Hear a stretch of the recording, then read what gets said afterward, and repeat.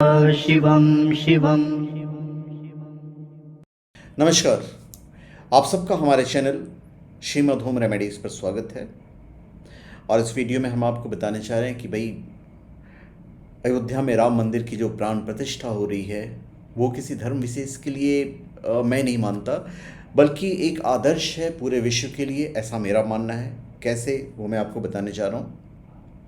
और बताने से पहले मैं आपको बता दूं कि आप कोई भी स्पेशल प्रोडक्ट shivago.com या omja.com से प्राप्त कर सकते हैं, जेन्युइन, ऑथेंटिक, लैब सर्टिफाइड और साथ में अभिमंत्रित भी यदि आप चाहें तो भाई 22 जनवरी 2024 में अयोध्या में राम मंदिर की प्राण प्रतिष्ठा के लिए देश भर में ऐसी इतिहास का माहौल है। सब लोग उत्साहित हैं।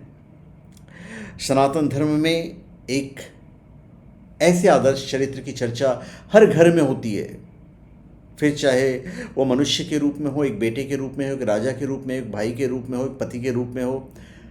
श्री राम हर रूप में लोगों के लिए आदर्श हैं।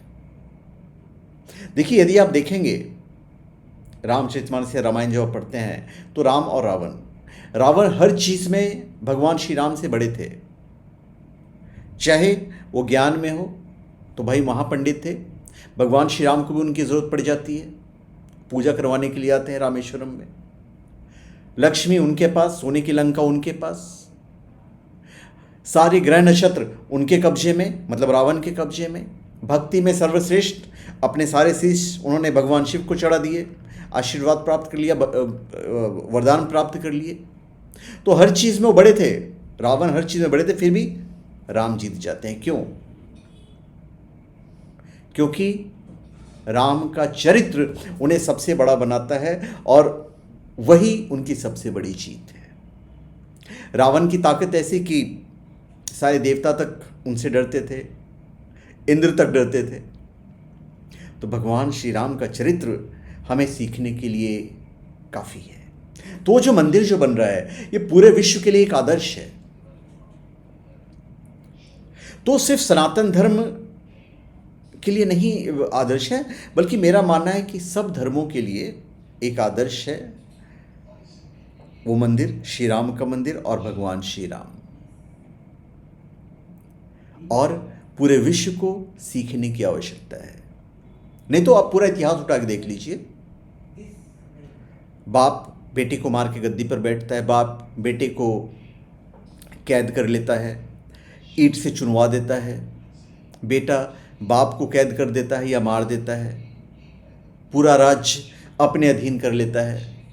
तो ये ऐसा इतिहास भरा पड़ा है। दूसरी तरफ भगवान श्री राम क्या सिखा रहे हैं कि अपने पिताश्री के एक वचन के लिए पूरा राज्य त्याग देते हैं और कहाँ चले जाते हैं? जंगल, वनवास चले जाते हैं। दूसरी तरफ उनके भाई भरत उनके खड़ाऊ को सिंहासन पे रख देते हैं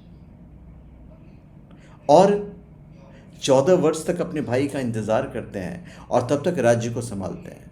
ऐसा भाई कहाँ मिलेगा आपको? आदर्श पति, आदर्श पत्नी, ये सारे आदर्श सीखने के लिए है, जहाँ पे सिर्फ त्याग है, परिवार के लिए त्याग, देश के लिए त्याग। आज देखिए, एक भाई दूसरे भाई के खून कर देता है, किसके लिए? ज़मीन के लिए, घर के लिए, जोरू के लिए, पैसे के लिए। आज एक देश दूसरे देश पर आक्रमण कर रहा है। क्यों कर रहा है? आज भी कर रहा है, पहले भी कर रहे थे। उन्हें वो देश की ज़मीन चाहिए। दूसरी तरफ भगवान श्री राम क्या कर रहे हैं? बाली को मारते हैं, सुग्रीव को राजा बनाते हैं,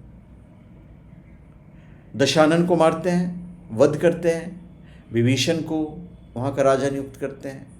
उन्होंने अपने राज्य के अधीन नहीं किया। तो ऐसा आदर्श आपको देखने के लिए कहाँ मिलेगा? तो पूरा विश्व इस चीज़ से सीख सकता है। चारों तरफ शांति शांति रहेगी। सबका धर्म सबको निभाने का उन्होंने मौका दिया। वो राक्षस धर्म को पालन कर रहे थे, भाई विभीषण को बोला अब तुम बैठो और राक्षस धर्म का पालन करो। भगवान सुग्रीव को गद्दी पे बिठाया, बोले भाई तुम अपना धर्म का पालन करो। तो राम एक आदर्श है, उनका चरित्र सबसे बड़ा है। और राम शब्द की ताकत है कि वो दो धातुओं से बना हुआ है, रम और धम से बना हुआ है। रम का अर्थ है रमना, निहित होना, और धम का अर्थ है ब्रह्मांड का खाली स्थान। तो इस प्रकार राम का अर्थ सकल ब्रह्मांड में निहित या रमा हुआ तत्व, यानी चराचर में विराजमान स्वयं ब्रह्म। शास्त्रों में लिखा है रमन्ते योगिनः अस्मिन् सारामम उच्यते। अर्थात योगी ध्यान में जिस शून्य में रमते हैं उसे ही राम कहते हैं। तो राम किसी धर्म विशेष की नहीं है, राम मंदिर किसी धर्म विशेष का होना भी नहीं चाहिए, ये सबके लिए है, क्योंकि सबके लिए वो आदर्श है। तो धन्यवाद, आप सबका हमारे चैनल पर स्वागत है। आप हमारे चैनल पर सब्सक्राइब करें और अपने कमेंट दीजिए। धन्यवाद।